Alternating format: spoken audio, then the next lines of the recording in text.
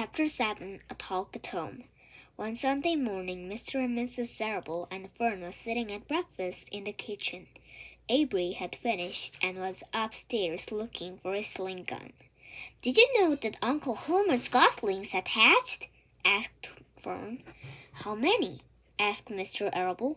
"7," replied Fern. "There's 8 eggs, but 1 egg didn't hatch. And the goose told Templeton she didn't want it anymore, so he took it away." "The goose did what?" asked Mrs. Arable, gazing at her daughter with a queer, worried look. "Told Templeton she didn't want the egg anymore," repeated Fern. "Who's the Templeton?" asked Mrs. Arable. "He's a rat," replied Fern. "None of us like him much." "Who's us?" asked Mr. Arable. "Oh, everybody in the barn cellar. Wilbur and the sheep and lambs and the goose and the gander and the goslings and Charlotte and me." "Charlotte?" said Mrs. Arable. "Who's Charlotte?" "She's Wilbur's best friend. She's terribly clever." "What does she look like?" asked Mrs. Arable. "Well," said Fern thoughtfully, "she had 8 legs. All spiders do, I guess." "Charlotte is a spider?" asked Fern's mother. Fern nodded. "A big gray one. She has a web, and across the top of Wilbur's doorway. She catches flies and stuck with their blood. Wilbur adores her." "Does he really?" asked Mrs. Arable rather vaguely. She was staring at Fern with a worldly expression of her face. "Oh, yes," said Wilbur. "Adored Charlotte," said Fern.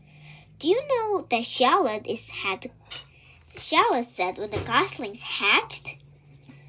"I haven't a vaguest idea," said Mr. Arable. "Tell us." "Well, the first gosling stuck in a little head out under the goose. I was sitting on my stool at the corner, and Charlotte was on her web.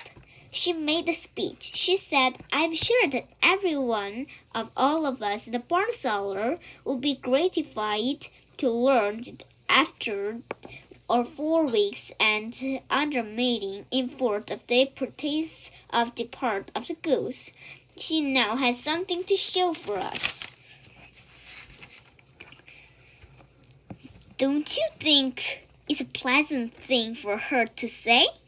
"Yes, I do," said Mrs. Arable. "And now, Fern, it's time to get ready for the Sunday school, and tell Avery to get ready. It is afternoon. You can tell me more about the goose on Uncle Homer's barn. Aren't you spending quite a lot of time there? Do you know almost every afternoon, don't you?" "I liked it here,"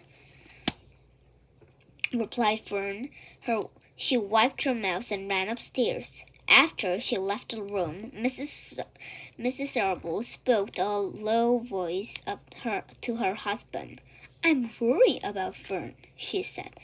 "Did you hear the way she's rambled up all the animals pretending they talked?" Mr. Arable chuckled. "Maybe they do talk," he said. "I've sometimes wondered.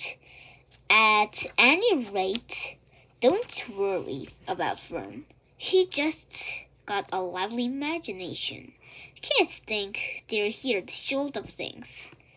Just the same, I do worry about her," replied Mrs. Arable. "I think I'll ask Dr. Dorian about her the next time I see him. He loves Fern almost as much as we do. And I want him to know how queer she acting about the pig and everything. I don't think there is normal. She had perfectly well the animals don't talk." Mr. Arable grinned. "Maybe our ears aren't as sharp as Fern's," he said.